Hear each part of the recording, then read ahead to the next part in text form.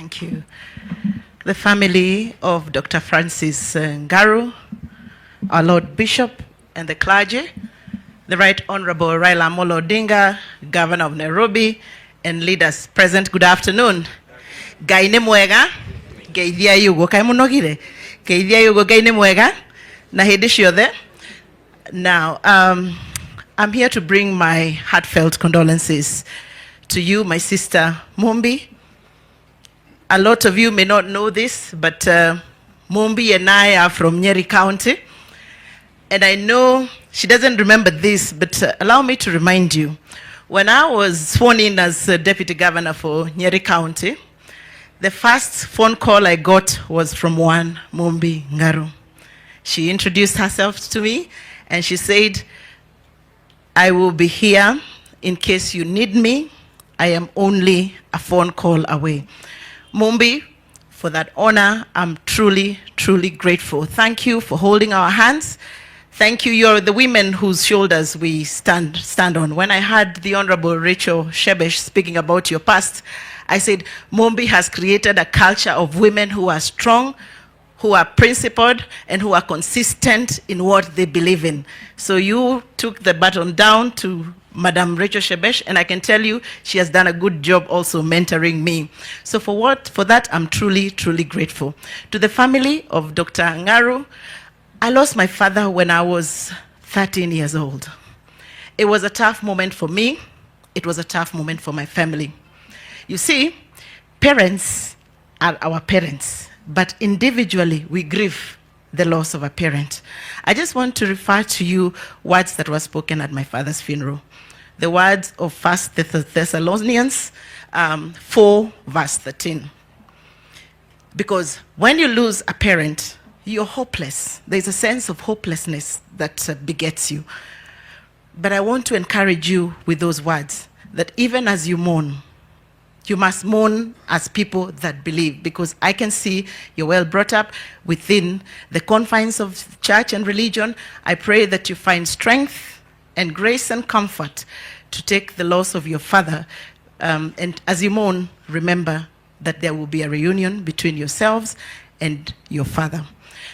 I won't speak much. As you know, now I am a state officer. I am gagged substantially from making political pronouncements, but I want to start by thanking our Lord Bishop for such a fantastic sermon. Did you people love this now sermon the way I liked it? Let us appreciate him. The Lord Bishop, you know, he said here he was struggling with mathematics, and he said that we have, at 60 years old, we have already been sleeping for 20 years. Quickly, I started to calculate. The life expectancy of any Kenyan right now stands at 67.7. That is, if you round it off, that's 68 years. So at 60 years old, Lord Bishop, you only have 8 more years to plan for if you're a Kenyan. Out of those 8 years, if you're going to do that arithmetics of sleeping for 8 hours, you only have 6 years to live. And therefore, thank you for reminding us to number our days and make them count. And if there's a gentleman who knows how to number his days and make them count, it is one, the Right Honorable Raila Odinga.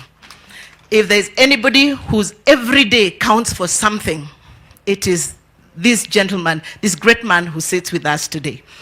I know that, and I know that because the Right Honorable, you know, for most of us in this region, Baba, we don't know you. We used to be told growing up as little people, we were told to fear you, not even to come close to you. So those of us that have come close to you, other people fear us. They don't know what happens once you're in Baba's team, you're in Baba's team for life, and people cannot seem to understand why are these people so passionate about it. I'll tell you, Baba is a tribeless Kenyan. I would not be where I am today had it been not for Baba looking at me, separating the tribe where I come from, the region where I come from, and looking at exactly what I can offer. I remember when I applied for PS position when this government came into power, I called Baba and I said, I want to make an application. PS roles are civil service roles, and I will try. You know, many leaders will tell you, no, Don't do that. We are not supporting this government. But I remember the words of Baba at the time that I called him. He said to me, Carol, this nation belongs to all of us. You have a part to play just like every other Kenyan. Go forth with my full blessings. Let us thank the Right Honorable Raila Odinga. Thank you for releasing me to work with His Excellency President Ruto. I will make this country proud. And for those of you who are wondering why Baba is so passionate about putting his ambitions aside and being so selfless about Kenya, it's because he's well-traveled. I happened to be working in his campaign team during the last, when we were looking for the chair of the chairmanship of the Africa Union, and we traveled various countries with him. I want to tell you, we have a beautiful nation called Kenya. If you're in doubt, look at just our neighbors. Look at what is going on in South Sudan. Look at Somalia. Look at DRC. In fact, I want to tell you, I sat in my first meeting in Arusha last week, and the stories coming from across the region. People could not even attend meetings because they cannot leave their offices, they cannot leave their countries because of the security situation.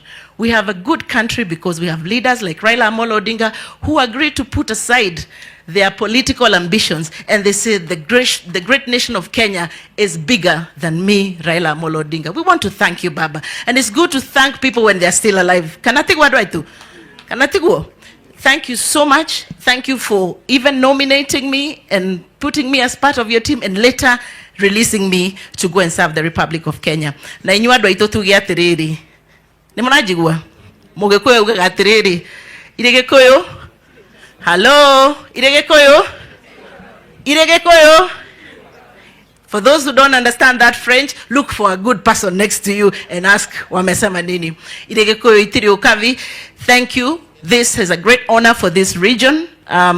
Excellency, thank you for releasing me to serve the people of Kenya and to represent the Republic of Kenya in the regional realm. Finally, I want to thank posthumously the great Francis Ngaru Daktari. You know, I don't know much about men and marriage, but I will tell you, I know where a man is a great man. And if you want to know that a man is great, look at the caliber of his children. Look at the caliber of his wife. For a man to allow you to pursue your doctorate and not feel threatened that you will be too educated and too opinionated. For a man to marry a woman of the caliber of one Dr. Mumbi Ngaru. For a man to raise children and grandchildren of the caliber of those that we have seen here, he was a great man. Kwa hayo mengi na machache, allow me to say, may Daktari rest in peace. I thank you very much.